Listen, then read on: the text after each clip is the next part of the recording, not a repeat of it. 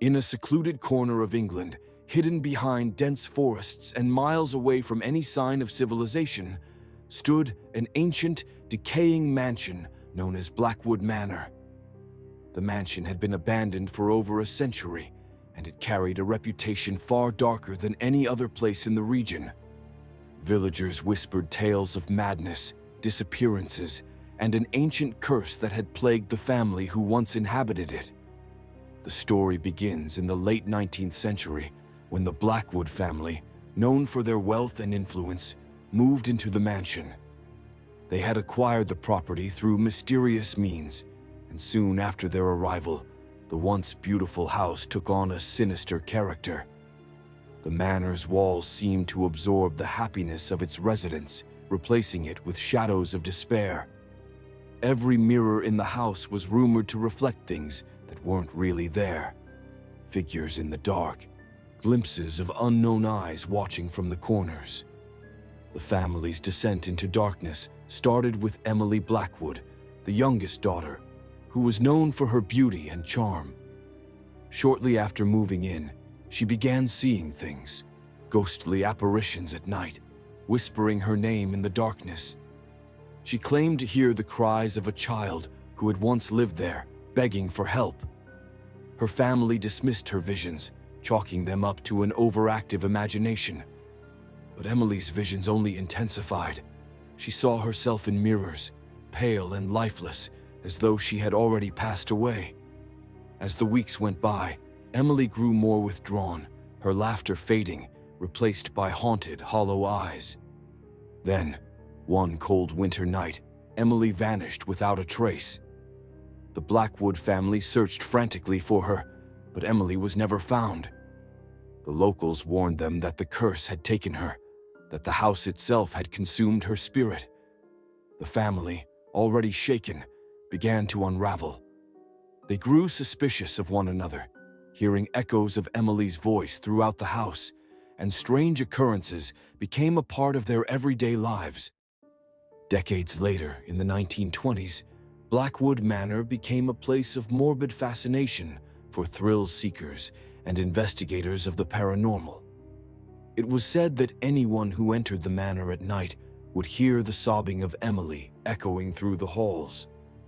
Those who dared stay overnight reported strange phenomena, objects moving on their own, freezing cold spots, and whispers that seemed to come from the walls themselves. One such group of investigators included a young researcher named Thomas Grayson, who was determined to uncover the truth behind the curse.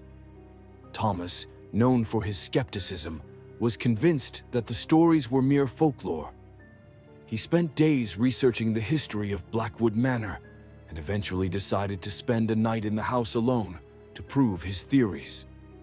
That night, as Thomas sat in the parlor taking notes, he noticed a strange movement out of the corner of his eye. In the mirror on the opposite wall, he saw a figure standing behind him, an emaciated woman with hollow eyes, her mouth open in a silent scream. When he turned, no one was there, but the air grew cold, and the room filled with the faint, sorrowful sound of crying. Ignoring his rising fear, Thomas continued exploring the house. He stumbled upon Emily's old room, where he found a journal hidden beneath loose floorboards. The journal detailed Emily's descent into madness, her struggles with the visions, and her belief that the house itself was alive. In one of her last entries, she wrote about a mysterious ritual she had attempted, one meant to break the curse. But she failed, and her final words hinted that her spirit was bound to the house for eternity. As Thomas read, he heard footsteps approaching from the hallway, slow and deliberate. He called out, but there was no answer. Suddenly, the door slammed shut, and the lights flickered, casting shadows that seemed to move on their own. Thomas felt a cold hand on his shoulder, and when he turned, he came face to face with the ghostly figure of Emily. Her eyes were empty, void of any human warmth, as she whispered, "You should never have come here." The next morning, Thomas was found wandering the nearby woods, his mind shattered. He could barely remember what happened, but he was never the same. The curse of Blackwood Manor had claimed yet another soul. Years later, in the 1950s, the last known heir of the Blackwood family, Eleanor Blackwood, returned to the manor. Eleanor had heard the tales of her family's cursed history, but she was determined to reclaim her ancestral home and put an end to the rumors. With her were a team of experts, a historian, a psychic, and a priest, each tasked with helping her confront the curse. As they began their investigation, strange things started happening almost immediately.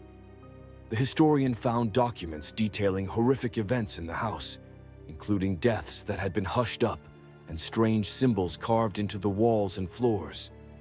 The psychic, a woman named Margaret, sensed Emily's presence almost immediately.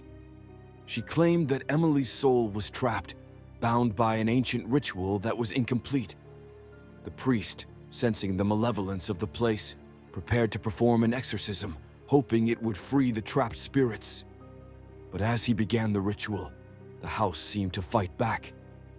Doors slammed shut, furniture moved, and a deafening scream echoed through the halls, a scream that seemed to come from both the walls and the depths of the earth. Margaret fell into a trance, her eyes rolling back as she began to speak in Emily's voice, pleading for help, crying out for release.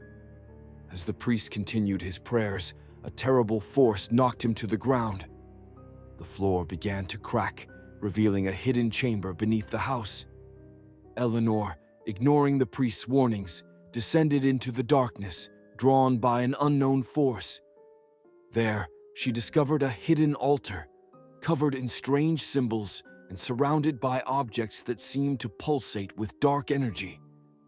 At the center of the altar lay Emily's locket, which Eleanor picked up, feeling a wave of sorrow and fear wash over her. In that moment, she understood the curse, that it was bound to her bloodline, and that only a true Blackwood could end it. Eleanor, clutching the locket, began to recite an incantation she had found in her family's records. The ground shook as she spoke, and the air grew thick with an unnatural darkness. Emily's ghost appeared before her, looking both mournful and hopeful. She whispered, "Free me," as the walls of the chamber trembled. With one final phrase, Eleanor broke the curse. Emily's spirit dissolved into light, and a heavy silence fell over the manor. But as Eleanor emerged from the chamber, she realized the house had aged drastically, crumbling as though time had finally caught up with it. She and her team barely escaped as the manor collapsed behind them, burying its dark history forever. Blackwood Manor was gone, but the tale of the curse would live on, whispered by those who remembered the tragic story of Emily and the darkness that had haunted her family for generations.